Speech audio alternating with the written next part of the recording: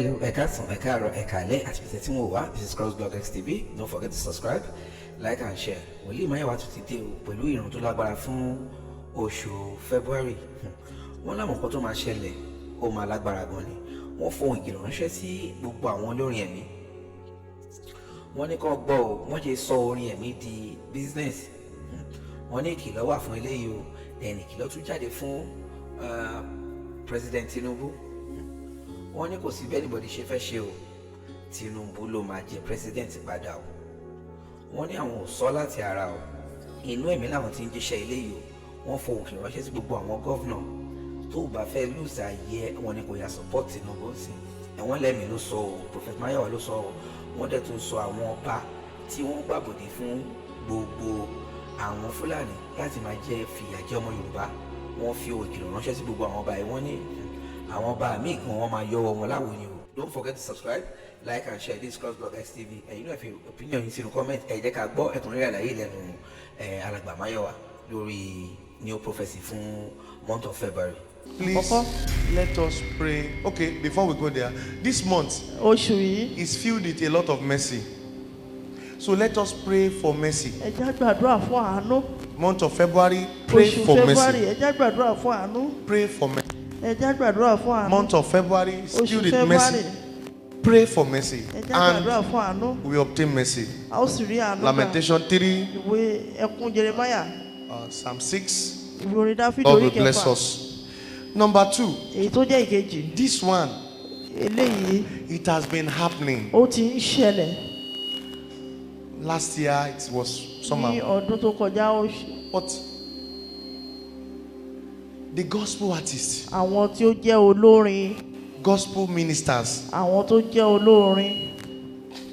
there was one time I came out. The Lord told you people, please stop issue of turning this into business. Some of them came out back for me. Am I the one that will pay their instrumentalists? No problem. Wishing you I'm not wishing anybody to die among the gospel ministers. But the truth is, 98% of these people, 98% you are doing it for business. And you have turned the church to business. We understand that men of God, they are using it for, they call a known gospel for crowd. And because of that, you people have turned it to business. God will walk in your midst this year. There will be a lot of storm this year among the gospel ministers. Please, back to the right way. About the message.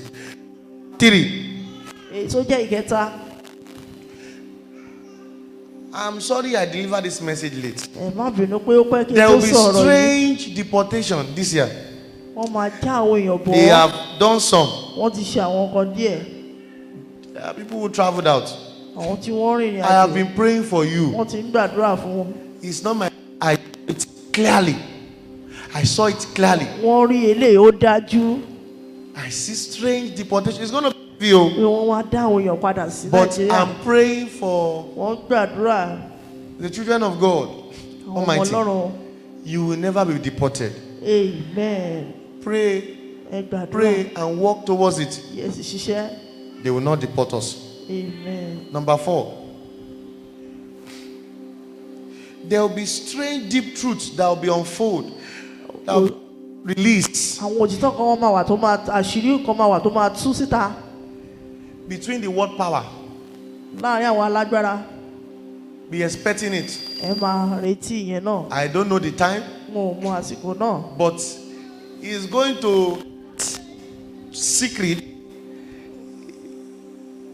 When it come out, it's a freedom. But how will the Africa leaders work towards it? I don't know. I don't know. There will be strange secret that will be released from the world power. Something is going to happen. And some of them will begin to confess through anger, not in their right senses. The truth will come out. That's number 4, right? Number 5.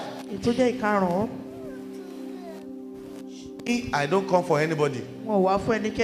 I come in peace. Thank you, Father.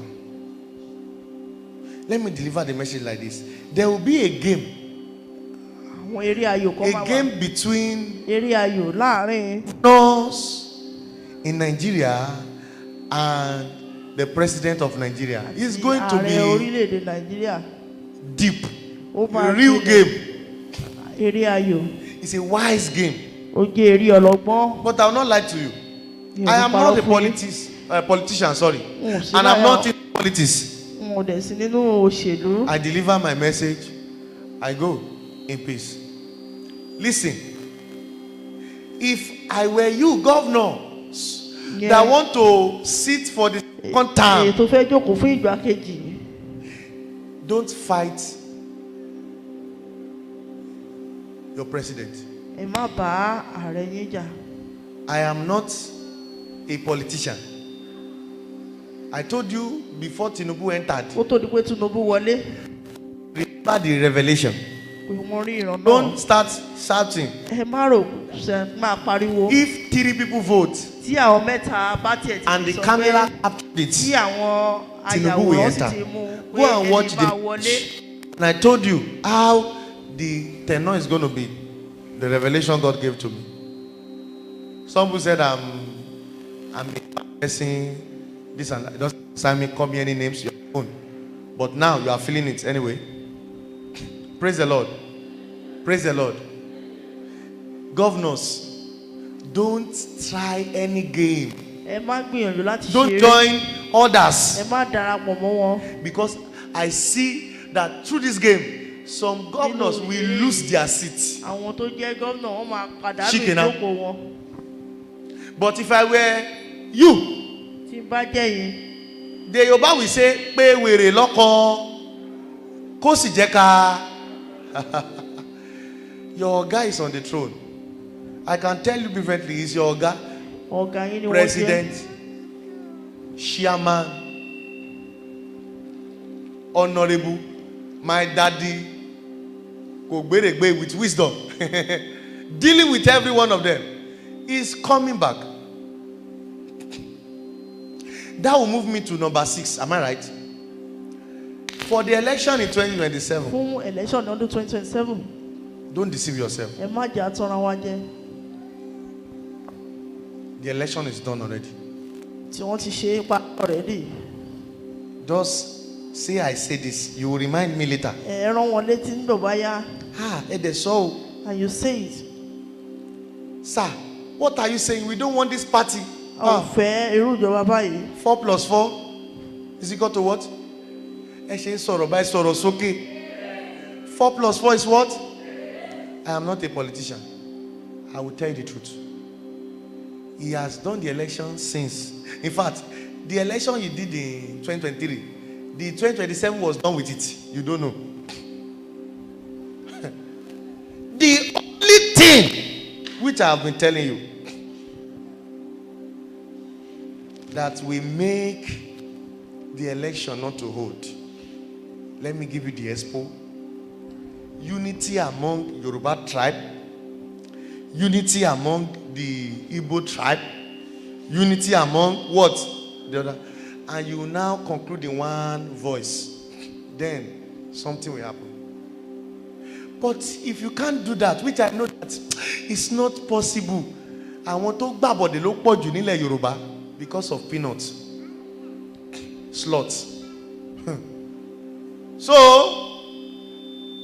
and I told you, praise the Lord, if you are expecting one miracle to happen through abroad, the American. Let me now give you the download. America, they know what I'm saying. They know that some of our resources is their foundation upon agreement. Like Osofia, agreement na agreement. You remember that song? Thank you. So they cannot just cut the Nigeria, separate the Nigeria, except unity from your tribe. Okay, let's negotiate. We'll give you our resources, because without giving them your resources, you are going nowhere. Know that. You have to. Hallelujah. So, mo wire abi mi o wire.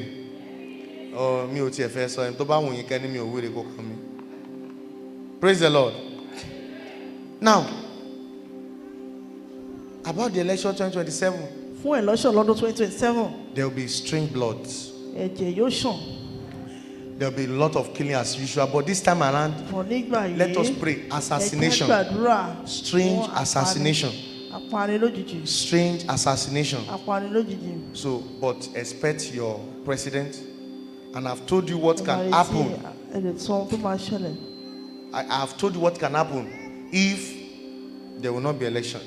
But without that, forget about it.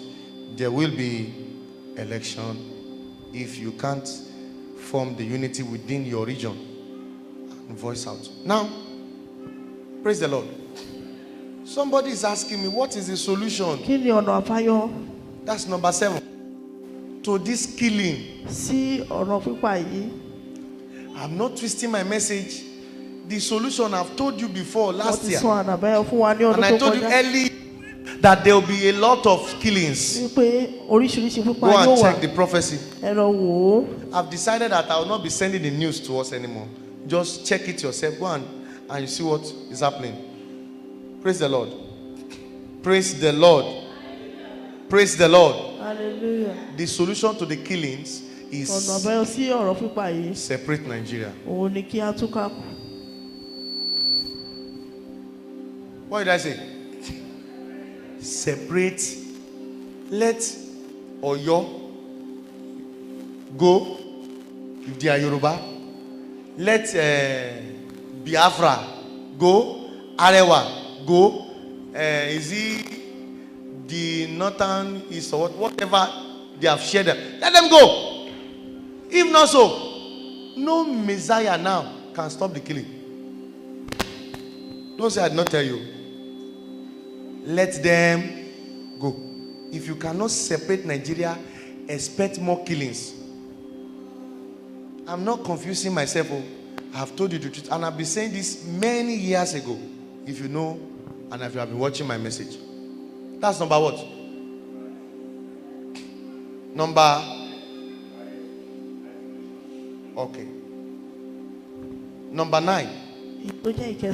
Number 8 now. Number 8. Thank you, Abba Father. Okay. I told us last year that I saw the Americans. Who remember that message? That I saw some soldiers coming and they came, right? Let us pray again that we should not see them coming full force this time around.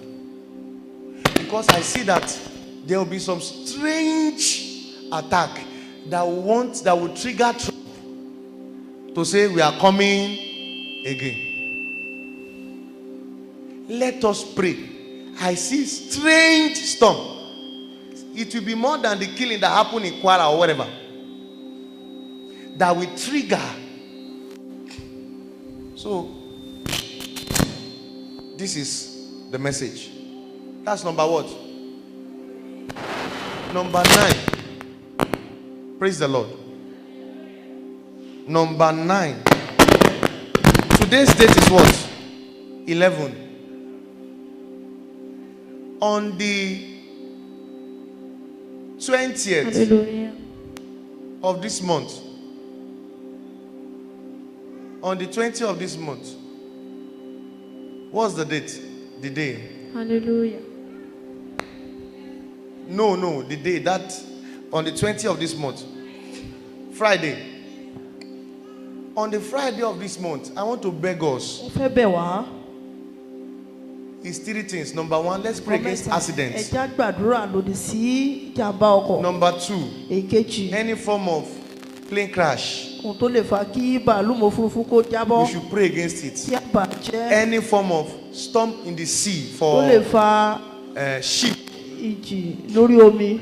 Tẹ́ ẹ bá lè rí àmì ṣe, gbogbo ogun tó lóhùn ní gbọ́ tó lóhùn ní gbà lórí ayé yín, iná agbára Ọlọ́run máa jó dànù. Kí lè nǹkan tẹ́ ń là kọjá tó dàbí pé ẹ ti wá ọ̀nà àbáyọ ṣùgbọ́n tí ẹ ti rí ọ̀nà àbáyọ. Ẹ ti pàdé wòlíì yín ló fà, ṣùgbọ́n arán mi sí ọ lónìí dádì, arán mi sí ọ lónìí mọ́mì. Olúwa lòun fẹ́ ṣe nǹkan ńlá nínú ayé yín. Olúwa sọ wípé gbogbo tẹ́ ń là kọjá yín òun fẹ́ fi òpin sí. Kí nìkan tẹ́ ń là kọjá lórí ìgbéyàwó ni, lórí ọmọ ni, lórí iṣẹ́ ni, níbi gbogbo ni, bóyá ogun kan ló dàbí pé ogun yẹn le, ẹ ti gbìyànjú kò tí ì sí ọ̀nà àbáyọ. Ẹ jẹ́ àjọ gbàdúrà, ẹ jẹ́ àjọ wá ojú Olúwa, kí làṣírí ogun yẹn gangan, ẹ jẹ́ àjọ wádìí lọ́wọ́ Ọlọ́run, ká dẹ̀ mọ ọ̀nà àbáyọ. Ẹ̀rọ ìbánisọ̀rọ̀ tẹ́ fi pè mí fún àdúrà àti ọ̀nà àbáyọ, òun náà ni +234 70 25 47 5427 +234 70 25 47 5427. Bẹ́ẹ̀ ṣe ń pè mí fún àdúrà lórúkọ Jésù ẹ máa rí ìyanu.